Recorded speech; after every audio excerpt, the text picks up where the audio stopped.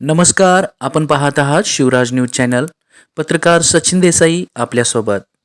आजच्या बातमीपत्रामध्ये देशभरात चर्चेचा विषय ठरलेले शिक्षणतज्ज्ञ, पर्यावरणवादी आणि सामाजिक कार्यकर्ते सोनम वांगचुक यांच्या आमरण उपोषणाने आता गंभीर वळण घेतले आहे.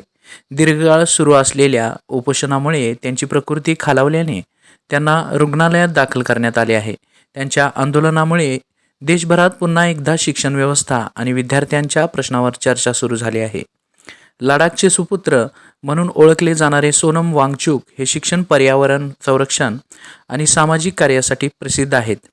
त्यांनी शिक्षणातील सुधारणा आणि विद्यार्थ्यांच्या हितासाठी अनेक वर्षे काम केले आहे. सध्या सुरू असलेल्या आंदोलनात परीक्षा व्यवस्थेतील कथित गैरव्यवहार, पेपरफुटीच्या प्रकरणाची निष्पक्ष चौकशी आणि दोषीवर कठोर कारवाई करण्याची मागणी करण्यात येत आहे. या आंदोलनाला देशभरातील विद्यार्थी, पालक आणि विविध सामाजिक संघटनांचा पाठिंबा मिळत आहे. दीर्घकाळ उपोषणामुळे त्यांची प्रकृती बिघडल्याने त्यांना वैद्यकीय उपचारासाठी रुग्णालयात दाखल करण्यात आले आहे. डॉक्टर त्यांच्या प्रकृतीवर सतत लक्ष ठेवून आहेत. या आंदोलनामुळे शिक्षण व्यवस्थेतील पारदर्शकता, विद्यार्थ्यांचा विश्वास आणि परीक्षांच्या विश्वासार्हतेचा मुद्दा पुन्हा एकदा राष्ट्रीय चर्चेच्या केंद्रस्थानी आला आहे.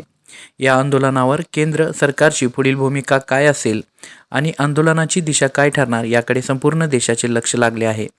अशाच विश्वासार्ह आणि ताज्या घडामोडीसाठी पाहत रहा शिवराज न्यूज चॅनल.